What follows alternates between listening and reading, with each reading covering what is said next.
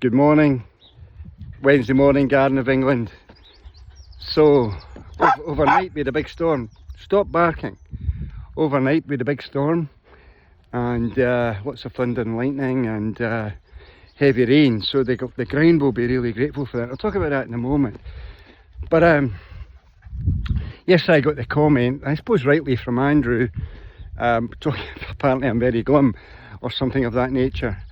I think what maybe explains that is I get up in the morning, what am I going to say today? And then you get into, I suppose, I take my work seriously, but this is the issue. And elsewhere, where I'm walking along ground, it's very uneven. I've twisted my ankles a few times doing this.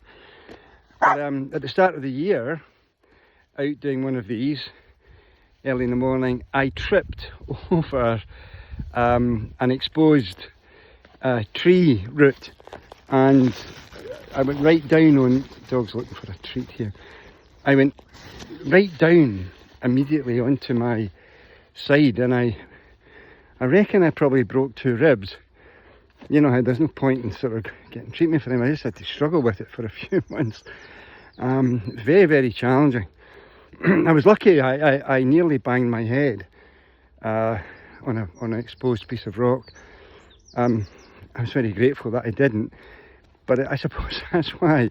And I'm aware of it just now, attempting to not stay too focused on the ground below me so I can speak into the camera, but it's not easy to walk these places that I walk.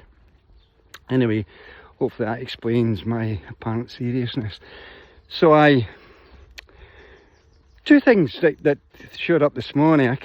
Very often in the morning I have a quick scan of what's showing up on my stream in YouTube, what the bots are sending me, and then I also will scan the headlines, see what's going on out there, just to understand. Always with a bell jar on, to be honest. The news is, is very, very rarely ever positive. But 2 things stuck out this morning that I thought I should comment on. One is that we've had apparently the driest springtime across the entire UK since records began in 1836. Apparently it's the 6th driest. Now I've got this little left brain, and compared to many people were on the coast the other day, and many of you, of course, probably certainly Andrew, my left brain kind of innocently starts asking, well, presumably in 1836 or thereabouts, there must have been also a drier spring than now. And of course back then we didn't have this thing about global warming or whatever, but the climate was doing what it does. And to be frank, given that I find it with so many things, who on earth do you trust with information? Who's got agendas? What are the agendas? Who benefits? I suppose I'm slightly suspicious of that. So although we've had a really, really challenging weather-wise spring apparently, which has impacted the water supplies, especially here in Kent. We were told yesterday, or asked rather, to stop using our hoses, and I'll take responsibility and do that. But there you go. It's just a typical of me. I start to wonder about these things with my left brain. The other one which drew my attention was that apparently the obesity and the challenge with people's weight is now costing us here in the UK, they've estimated, the £126 billion a year. Now, again, my left brain pops in.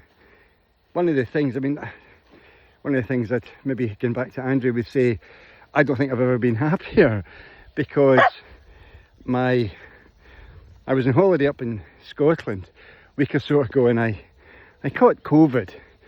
I think probably in a very confined stairwell on the ferry going over to Arran. coming back, people sneezing and coughing all over the place, and you're kind of stuck in this small space. And also, you're queuing up to get on the flight out of London City.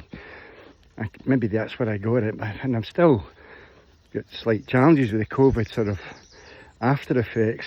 But apart from that, my health, my vibrancy, never been better, because as you know, I'm really passionate about the keto and what's this is particularly uneven ground here. The keto and the ketovore, as I am, the carnivore and keto person.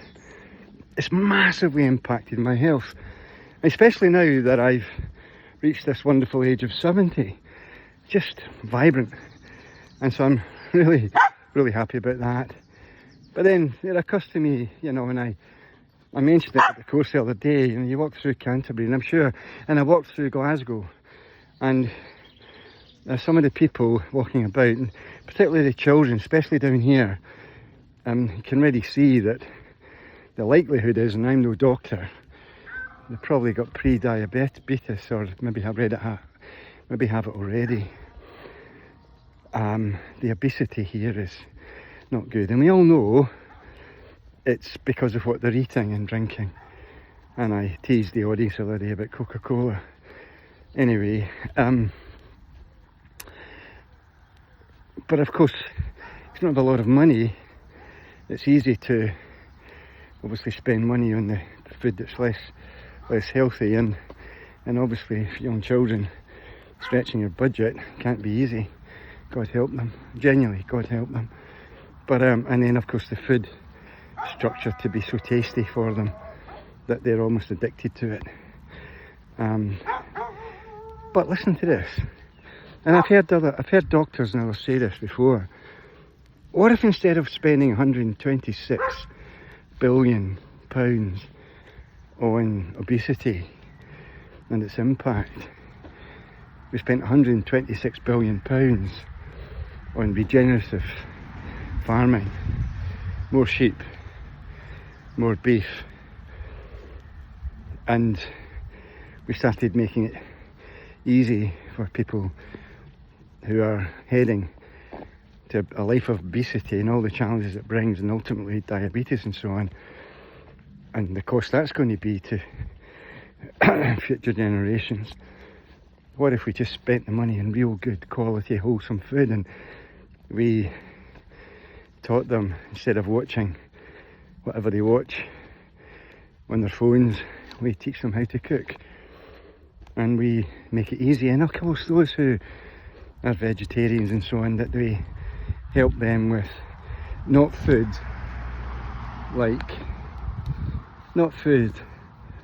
that little apple there that's bombarded by constant spraying, but maybe the regenerative way that we do things, because we go back to the way it's always been.